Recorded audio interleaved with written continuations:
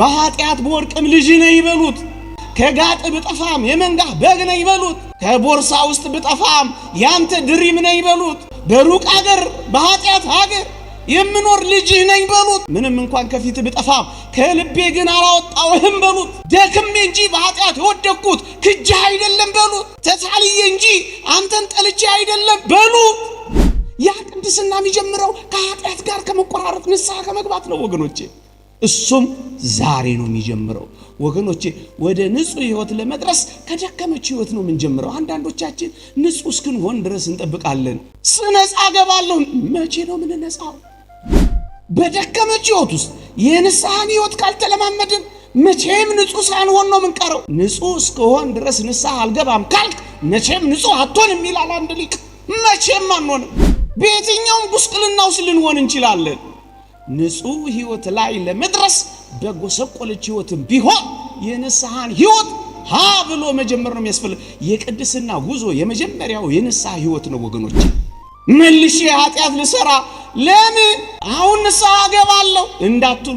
አሁን ስትበሉ በኋላ ሊረባችሁ መልሼ እበላዋለሁ አሁን ለምን እበላለሁ ትላላችሁ እንዴ? አትሉ።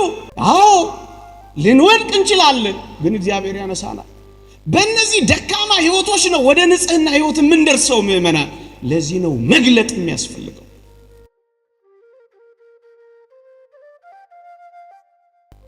መጽሐፋችንም እስመ አይነ ሰብ ያፈርሆሙ የሰው አይን ያስፈራቸዋል ወያይምሩ ከማይነ እግዚአብሔር ያበርህ ማይላፍ ፀሐይ። የእግዚአብሔር አይኖች ከአላፋት ፀሐያት በላይ እንደሚያበሩ ረስተዋል ይላል። ሰው ሰውን እያፈረ ነው። እግዚአብሔር አልታፈር ብሏል። ሰነ ሲደልዙ አያፍሩም። የልጅነት ሚስታቸውን ሲያታልሉ አያፍሩም።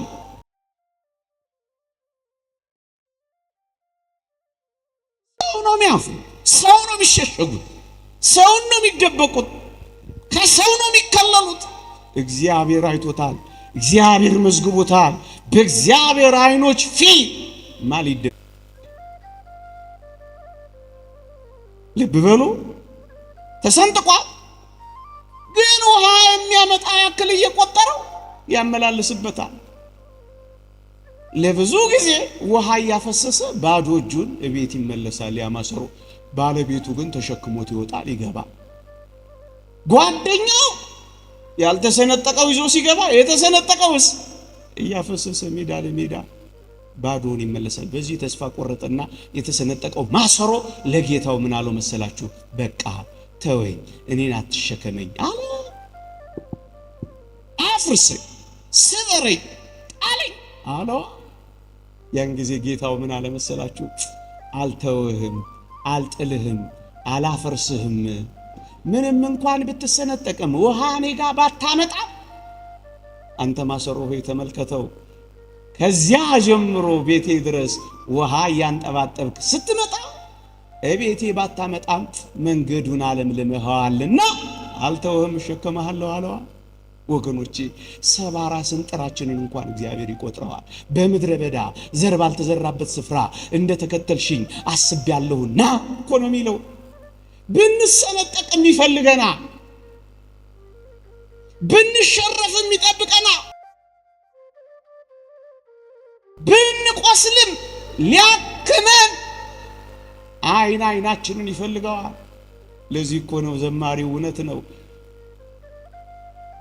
በቅድስቱ በኩል በምትቆምበት በቅዳሴ ጊዜ አይኖቼ ስላጡ ፈልገው ይዞኛል ትካዜ የሚለው እኮ ለዚህ ነው። ይፈልገናል በቅድስቱ በኩል ብንሰነጠቅም ወገኖቼ፣ ብንሰነጠቅ እንኳ አልተውህም እኮ ነው የሚለው። እንደ ሰው አይደለም እግዚአብሔር። ገልጦ አይተውንም፣ ሰብሮ አይጥለንም። ቅዱስ ጴጥሮስን ተመልከቱት። በነገር እኮ አልሸነቆጠውም፣ ወይም አልጣለውም፣ ወይም አልተወውም። እንደውም ኃላፊነት ነው የሰጠው። እናንተ በጎቼን አሰማራ፣ ግልገሎቼን አሰማራ፣ ጠቦቶቼን ጠብቅ። እንደውም ኃላፊነት ነው የሰጠው። እግዚአብሔር እንዲህ ነው፣ ይፈልገናል። በቃል እግዚአብሔር ይፈልገናል፣ በመዝሙር ይፈልገናል፣ በቅዳሴው ይፈልገናል። በትርጓሜ ይፈልገናል፣ በንባቡ ይፈልገናል፣ በምህላው ይፈልገናል፣ በመከራ ይፈልገናል። ተገኝተንለት ይሆን ምእመናን? ይፈልገናል። እና ምእመናን በኃጢአት በወድቅም ልጅ ነህ ይበሉት። እና ምእመናን ከጋጥ ብጠፋም የመንጋህ በግ ነህ ይበሉት። አዎ ከቦርሳ ውስጥ ብጠፋም ያንተ ድሪም ነህ ይበሉት። አዎ በሩቅ አገር በኃጢአት ሀገር የምኖር ልጅህ ነኝ በሉት። ምንም እንኳን ከፊት ብጠፋም ከልቤ ግን አላወጣውህም በሉት። ደክሜ እንጂ በኃጢአት የወደቅኩት ክጅህ አይደለም በሉት። ተታልዬ እንጂ አንተን ጠልቼ አይደለም በሉት። በሉት በሉት። ዋናው ቁም ነገር ኃጢአታችንን ገልጠን ለእግዚአብሔር መንገር ነው ወገኖቼ። ንገሩት ንገሩት እንንገረው። ይሄ ዘመን የዚህ ዘመን ነው መሆን ያለበት። ዘመን እንዲፈወስ የምትፈልጉ ልጆቻችሁ ወርቀው እንዲያድጉ የምትፈልጉ አገር በጸጥታ ወደ ሰላም ወደ እንድታርፍ የምትፈልጉ አንድ አስተዋጽኦ ማድረግ ካለብን ንስሐ ንግባ እንግለጠው። ብዙዎቻችን ዋናውን ራሳችንን ትተን አሁን አላውቅም ድሮ ቦሃቃዬ ውስጥ አይጥ ገባ እያሉ አይጥ ያስረው ጸበል እንደው ቦሃቃዬና አርጩልኝ አባዬ ሄዱ ሲሮጩ ጥሩ እኮ ነው። ዋናው አይጥ ግን የገባው ከቦሃቃው በላይ እኛ ህይወት ውስጥ እኮ ነው አይደለም? ወገኖቼ የሰበካ ጉባኤ ደብተር ላይ መመዝገባችን እሰየው። በዋናነት ግን ካህኑ የሚያስፈልገን የሰበካ ጉባኤ ደብተር ላይ ብቻ እንዲያስመዘግበን አይደለም፣ በሰማይ መዝገብ ላይ እንዲያጽፈን። ቁም ነገሩ እሱ ነው። ካህን የያዝንበት ቁም ነገር ንስሐ አባት ኖሮ ንስሐ ሳንገባ ብንኖር ሴሬሞኒ ብቻ እኮ ነው ይሄ የሚሆነው። የሰበካ ጉባኤ ዕዳችንን መክፈላችን እሰየው፣ በጣም ጥሩ ነው። ዋናው ግን የኃጢአት ዕዳችንን ማሰረዙ ላይ ነው። ዋናው ግን እሱ ነው ወገኖቼ። ሞተን እንዲገንዘን ከመጥራታችን በፊት ሳንሞት እንዲያናዝዘን አንጠራው። አሁን እኮ ነገሩ ተገላብጧል። ሰው ዋናውን ነገር ትቶት ሌላ ነገር ውስጥ ነው ያለው። ወገኖቼ መቃብራችንን እንዲያስቆፍርልን መስቀል ይዞ አጠገባችን እንዲቆም ከመጥራታችን በፊት ኃጢአታችንን ቆፍሮ እንዲያወጣልን እንጥራው።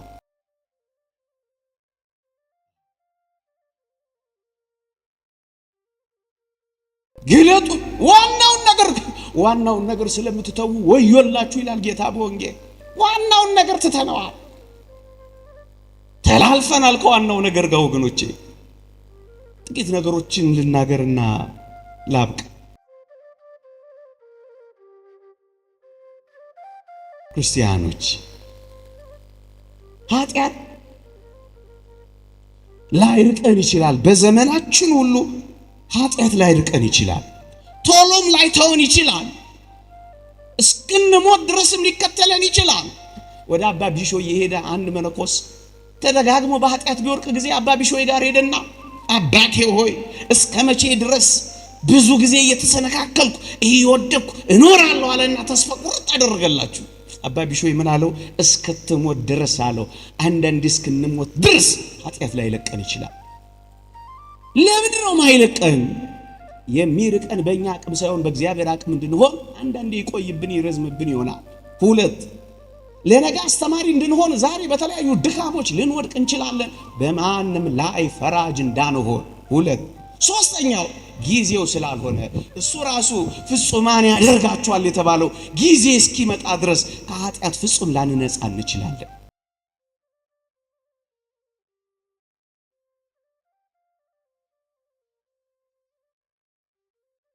እንኳንኛ ክርስቲያኖች እንኳንኛ ፀሐይና ጨረቃ እንኳን ለእግዚአብሔር የሚመጥል ንጽህና የላቸው። መጽሐፍ ቅዱስ ይህንን ነው የሚናገር። ፀሐይና ጨረቃ እንኳን በእግዚአብሔር ፊት ንጹሃን አይደሉም ይላል ጻድቁ ኢዮብ በመጽሐፉ። ይልቁንም ኃጢአትን እንደ ውሃ የምንጠጣ እኛ ምንኛ እናንስ ይላል። እንደ ውሃ የምንጠጣ ሰማይ፣ ፀሐይ፣ ጨረቃ ለእግዚአብሔር ንጽህና የሚመጥን የላቸው። ወገኖቼ ቀኖና የሚሰጠን ንስሐ የምንገባው ለእግዚአብሔር ክብር የሚመጥን አይደለም። ደጅ መጥኛና መለማመጫ ካሳ እንዳይመስላችሁ። መለማመጫ ደጅ መጥኛ መቃረቢያ ነው ወገኖቼ። ዛሬ የትኛውንም ድካም ሊኖርን ይችላል። በየትኛውም ጉስቁልና ውስጥ ልንሆን እንችላለን። ንጹህ ህይወት ላይ ለመድረስ በጎሰቆለች ህይወትም ቢሆን የንስሐን ህይወት ሀ ብሎ መጀመር ነው የሚያስፈልግ። የቅድስና ጉዞ የመጀመሪያው የንስሐ ህይወት ነው ወገኖቼ። ወደ አምሳለ እግዚአብሔር ከአርአያ እግዚአብሔር ወደ አምሳለ እግዚአብሔር የሚደረገውን የንጽህና ጉዞ ምናሳካው ከንስሐ ህይወት ስንጀምር ብቻ ነው። ቅዱሳን እንድንሆን እኮ ነው እኛ የተጠራ ነው። የቅድስት ሰሞን ተመራችሁ የለ? ያ ቅድስና የሚጀምረው ከኃጢአት ጋር ከመቆራረጥ ንስሐ ከመግባት ነው ወገኖቼ። እሱም ዛሬ ነው የሚጀምረው ወገኖቼ። ወደ ንጹህ ህይወት ለመድረስ ከደከመች ህይወት ነው የምንጀምረው። አንዳንዶቻችን ንጹህ እስክንሆን ድረስ እንጠብቃለን። ስነጻ ገባለሁ። መቼ ነው ምን ነጻው? በደከመች ህይወት ውስጥ የንስሐን ህይወት ካልተለማመድን መቼም ንጹህ ሳንሆን ነው የምንቀረው። ንጹህ እስከሆን ድረስ ንስሐ አልገባም ካልክ መቼም ንጹህ አትሆንም ይላል አንድ ሊቅ። መቼም አንሆንም። እያነከስን ብንመጣ እግዚአብሔር ይቀበለናል። ዛሬ ማንጠቅም ሆነ ሊሰማን ይችላል። ነገ ግን እንጠቅማለን። አልጠቅምም ያል በጣም የጎሰቆለ የደከመ ህይወት ያለን እግዚአብሔር የሚጠብቀን ለንስሐ ብቻ ነው ወገኖቼ። አይ በዚህ ምክንያት ደካማ ስለሆን ጎስቋላ ስለሆን እወጣለሁ ብንል በቤቱ ውስጥ ሆነ ድል ያላደረከውን ሰይጣንን ከቤቱ ውጭ ሆነ እንዴት ድል ታደርገዋለህ ይላል። ቤቱ ውጭ ሆነ በቃል እግዚአብሔር በጸሎት በኪዳን በምህላ በወንጌል ውስጥ ስንሆን ነው እየነጻ እየጠራን እየተወለወል የምንሄደው። ዝም ብላችሁ ቁጭ በሉ፣ ዝም ብላችሁ ጸልዩ፣ ዝም ብላችሁ የእግዚአብሔርን ቃል ስሙ። ክርስቲያኖች አንድ ቀን ያነጻናል፣ አንድ ቀን እንለወጣለን። ቅዱስ ዮሐንስ አፈወርቅ ቴዎድሮስ ለሚባል አንድ ወዳጁ የጻፈው መልእክት አለ። ይህ ወዳጁ በድካምና በድቀት ደርሶ ወድቆ ነበር ይላል ታሪካቸው። ምን ብሎ ደብዳቤ ጻፈለት መሰላችሁ? ወንድሜ ሆይ አለው ሲያጽናናው ሲያበረታው ምን አለው? ወንድሜ ሆይ ዲያብሎስ ይህን ያህል ከጣለህማ አለው እግዚአብሔር ደግሞ ምንኛ ጥንት ወደ ነበርክበት ብቻ አይደለም ከዚያም በላይ ባለ ክብር በላይ ያወጣል አለው። ዛሬ ደከምን የምትሉ ሰይጣን ይሄን ያህል በመጣሉ ተስፋ እንዳትቆርጡ። እግዚአብሔር ጥንት ከነበራችሁበት በላይ ያከብራችኋል። እኔ እኮ እንዲህ ነበርኩ፣ እኔ እኮ ቆራቢ ነበርኩ ዛሬን ብላችሁ የምትቆጩ ግድ የለም። ዛሬ ተመለሱ። እግዚአብሔር ጥንት ከነበራችሁበት በላይ ያከብራችኋል። እግዚአብሔር ነው መግለጥ የሚጠቅመው። ለዚህ ነው ወደ ከፍ ወዳለ ክብር የሚያደርስ ስለሆነ ነው ወገኖች። መልሼ ኃጢአት ልሰራ ለምን አሁን ንስሐ ገባለሁ እንዳትሉ።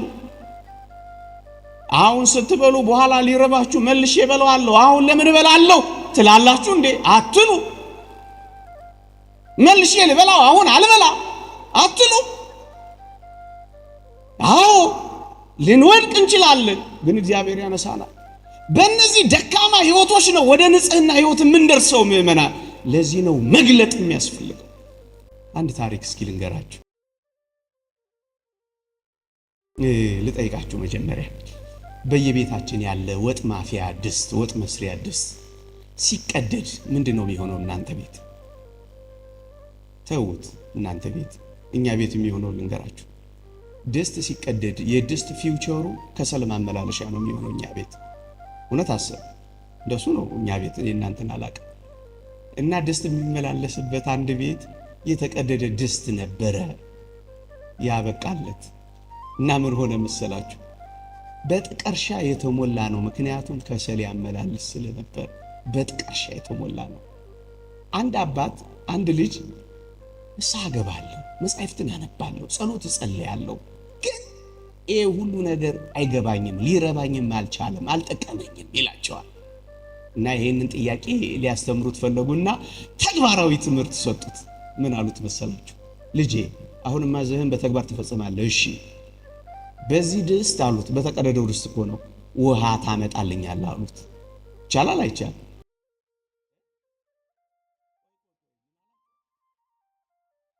ግማሹ ይቻላል፣ ግማሹ አይቻልም። የሚችሉት ጻድቃን መሆን አለባቸው። ይቻላል አይቻልም? አይቻልም። በቀዳዳ ድስት ውሃ ማምጣት አይቻልም። ልጁ ብስጭት አለና ዛሬ ደግሞ አባ ምን አይነት ትእዛዝ ነው የሚያዙኝ? በቀዳዳ ድስት ውሃ አምጣ የሚሉኝ ምንድነው ብሎ እያጉረመረመ፣ መቼም የአባት ትእዛዝ ነው። ውሃ ላይ ያመጣ ሄደና ውሃውን ይዞ እስኪመጣ ውሃው ምን ብሏል? አልቋል፣ ፈሷል። አላልኩም ብሎ ለምስክርነት ጮኸ። ዝም በል በአንተ አያያዝ ስህተትና ጉድለት ይሆናል እንጂ ውሃውማ እዚህ ይመጣል፣ ድገማት አሉት። ኧረ ተው ትእዛዝ ነው፣ እውነትም ተሳስቼ ይሆናል አለ። እንደገና ውሃ ለማምጣት ሄደላችሁ። ውሃውን ይዞ እሳቸው ጋር እስኪመጣ አሁንስ ውሃው ምን ሆኗል? ፈሷል። አሁን እየተበሳጨ እየተመነጫጨረ ጸጉሩን እንደ ጎረምሳ እየተደጋገረ አሁን እየተበሳጨ ያው አላልኩም አላቸው። አይ አሁን የመጨረሻ ድል ነው የምሰጥ፣ ይሄን ካላደረክማ እንቀጣጣለን፣ ይመጣል በቀደም ምናምን ብለው ሶስተኛ ያዙታል። እሱም እየተጉረመረመ የአባት ትእዛዝ ነውና ለሶስተኛ ጊዜ ያመጣል። ውሃው ደረሰ አልደረሰ? እንዴት ነው የሚደርሰው? እነ ዮሐንስ አጼር ቢሆኑ ያደርሱታል አይደል? ደጋጎቹ ቢሆኑ ያደርሱታል። እንዴት ያድርሰው? ፈሷል። አሁን ምርር ብሎታል። ግን በእልህና በብስጭት ቀና ብሎ አላያቸውም፣ አቀርቅሯል።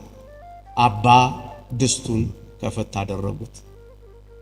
ያ ጥቀርሻ የነበረው ድስት ከውሃው መመላለስ የተነሳ ምንም እንኳን ተቀዶ ውሃውን እሳቸው ጋር ባያደርሰውም ያ ድስት ምን ሆኖ ነበር? ነስቶና ሰርቶ ነበር። ዝም ብለህ አመላልስ፣ አንድ ቀን ምን ያደርጋል? ያነሳ። ወገኖቼ እነኔ ባለው ተራ ሰው ተነገረ፣ በማንም ሊቅ ተመሰጠረ፣ ቃሉ የእግዚአብሔር ቃል በክፉ ይሁን በደግ፣ በትሁት ይሁን በትዕቢተኛ፣ በዘማ ይሁን በጻድቅ በምንም ቃሉ የማን ነው? ሳያነጣን አይቀርም። እየሰማችሁ ነው? ዝም ብላችሁ ንስሐ ግቡ። ዝም ብላችሁ አስቀድሱ። ዝም ብላችሁ ቃሉን ስሙ። ዝም ብላችሁ አጠገቡ ቁጭ በሉ። አንድ ቀን እየሰማችሁ ነው? አንድ ቀን እግዚአብሔር ያነጻናል። አንዳንድ ሰዎች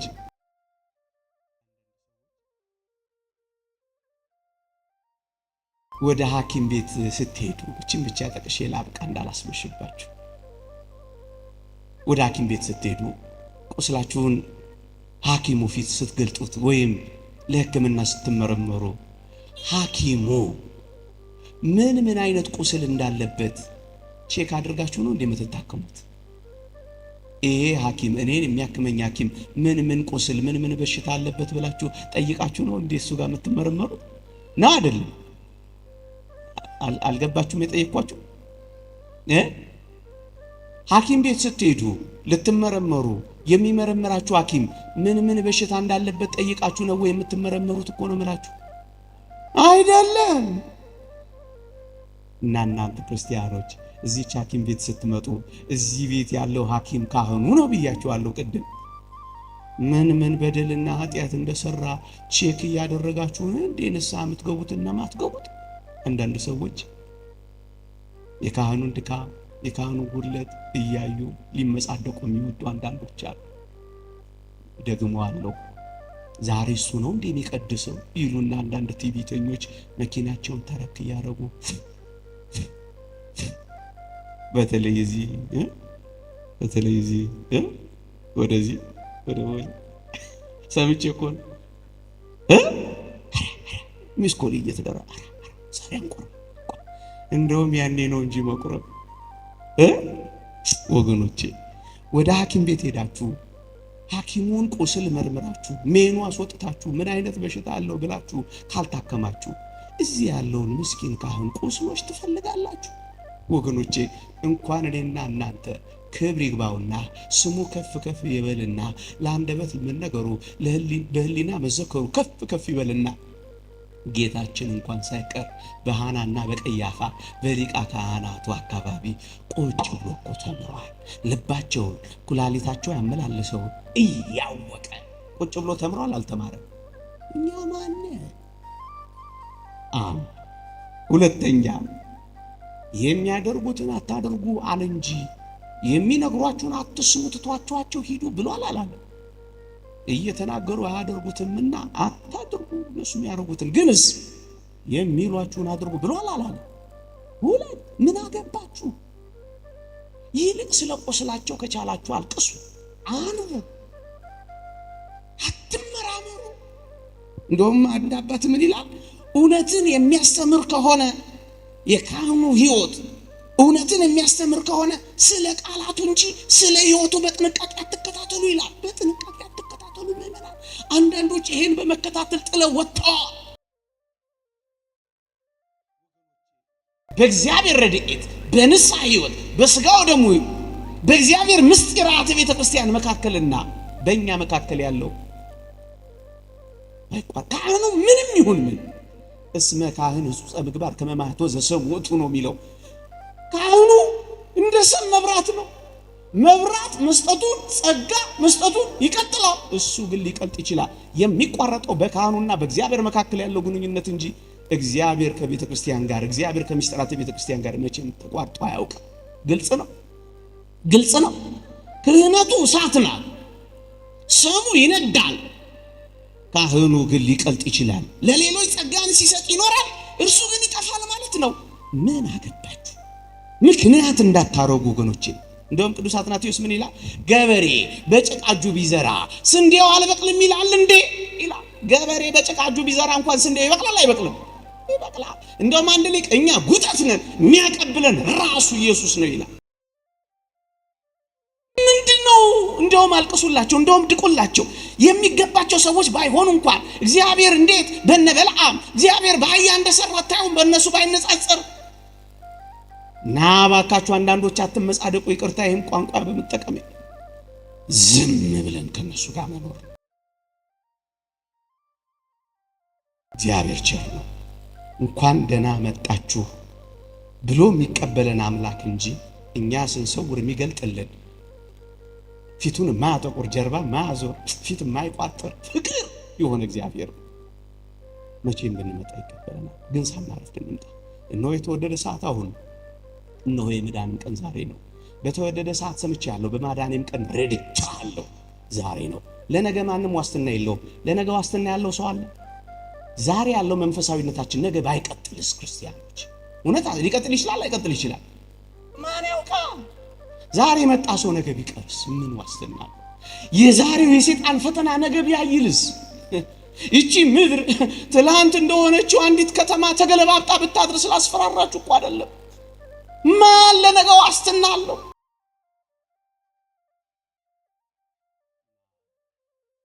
እና እግዚአብሔር እንኳን ደህና መጣችሁ ነው የሚለው።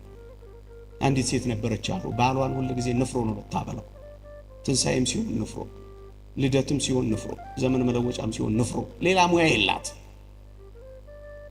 ከዛስ ምን ሆነ? ሞት አይቀርምና ሞተች። አለቀሰ፣ ያዙ ይልቀቁኝ አለ ሰውዬው። ከጥቂት ጊዜ በኋላ ሌላ ሚስት አጋቡት። እቺ ሚስት ደግሞ ባለሙያ ናት። እንደመጣች ንፍሮ አይደለም የሰጠችው፣ ዶሮ አበላችሁ። እሱ ዶሮ ማይቶ አያውቅም፣ በንፍሮ ነው የከረመው። ዶሮን የሚያውቀው በትምህርት መምሪያ ውስጥ ነው። መምህር የዶሮን ስዕል ከመምህር መምሪያው ከትምህርት መምሪያው መጽሐፍ ላይ ያሳዩአቸው እየተባለ ነው የኖረው። አያውቅም እሱ። ዶሮዋን በላ። በሚቀጥለው ቀን ደግሞ ባለሙያ ናት ያላልኳችሁ አሳ በላችሁ። አሳም እንደዚሁ አያውቅም፣ በስዕል ነው የሚያውቀው። በሶስተኛው ቀን ሽምብራ አሳ በላችሁ። ንፍሮ ለበላ ሰው እኮ ተአምር ነው። በአራተኛው ቀን አልቻለም፣ በር ዘጋና ይደበድባት ጀመራ።